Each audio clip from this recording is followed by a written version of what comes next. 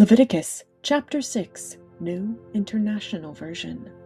The Lord said to Moses, "If anyone sins and is unfaithful to the Lord by deceiving a neighbor about something entrusted to them or left in their care, or about something stolen, or if they cheat their neighbor, or if they find lost property and lie about it, or if they swear falsely about any such sin that people may commit, when they sin in any of these ways and realize their guilt, they must return what they have stolen or taken by extortion, or what was entrusted to them, or the lost property they found, or whatever it was they swore falsely about.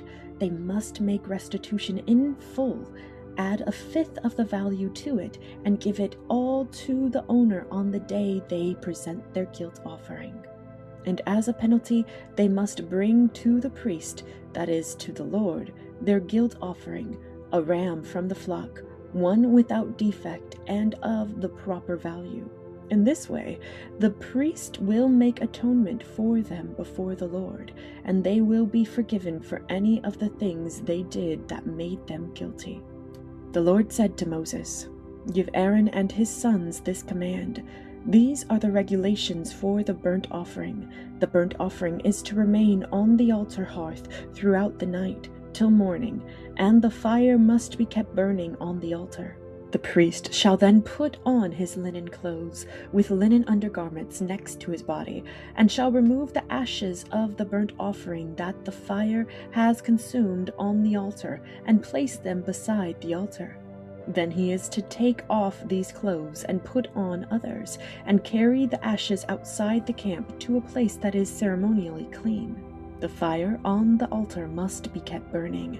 It must not go out. Every morning the priest is to add firewood and arrange the burnt offering on the fire, and burn the fat of the fellowship offerings on it. The fire must be kept burning on the altar continuously. It must not go out.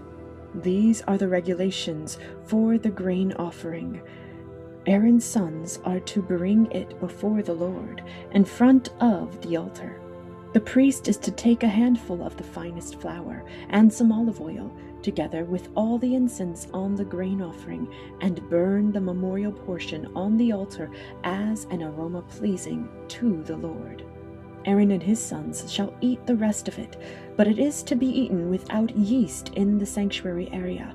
They are to eat it in the courtyard of the tent of meeting. It must not be baked with yeast. I have given it as their share of the food offerings presented to me. Like the sin offering and the guilt offering, it is most holy. Any male descendant of Aaron may eat it. For all generations to come, it is his perpetual share of the food offerings presented to the Lord. Whatever touches them will become holy."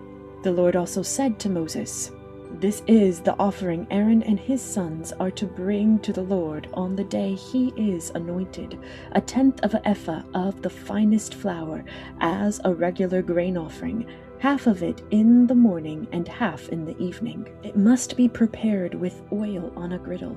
Bring it well mixed, and present the grain offering broken in pieces as an aroma pleasing to the Lord. The son who is to succeed him as anointed priest shall prepare it. It is the Lord's perpetual share, and is to be burned completely. Every grain offering of a priest shall be burned completely. It must not be eaten." The Lord said to Moses, "Say to Aaron and his sons, these are the regulations for the sin offering. The sin offering is to be slaughtered before the Lord in the place the burnt offering is slaughtered. It is most holy. The priest who offers it shall eat it. It is to be eaten in the sanctuary area, in the courtyard of the tent of meeting. Whatever touches any of the flesh will become holy, and if any of the blood is splattered on a garment, you must wash it in the sanctuary area. The clay pot the meat is cooked in must be broken, but if it is cooked in a bronze pot, the pot is to be scoured and rinsed with water. Any male in a priest's family may eat it. It is most holy. But any sin offering whose blood is brought into the tent of meeting to make atonement in the holy place must not be eaten. it must be burned up.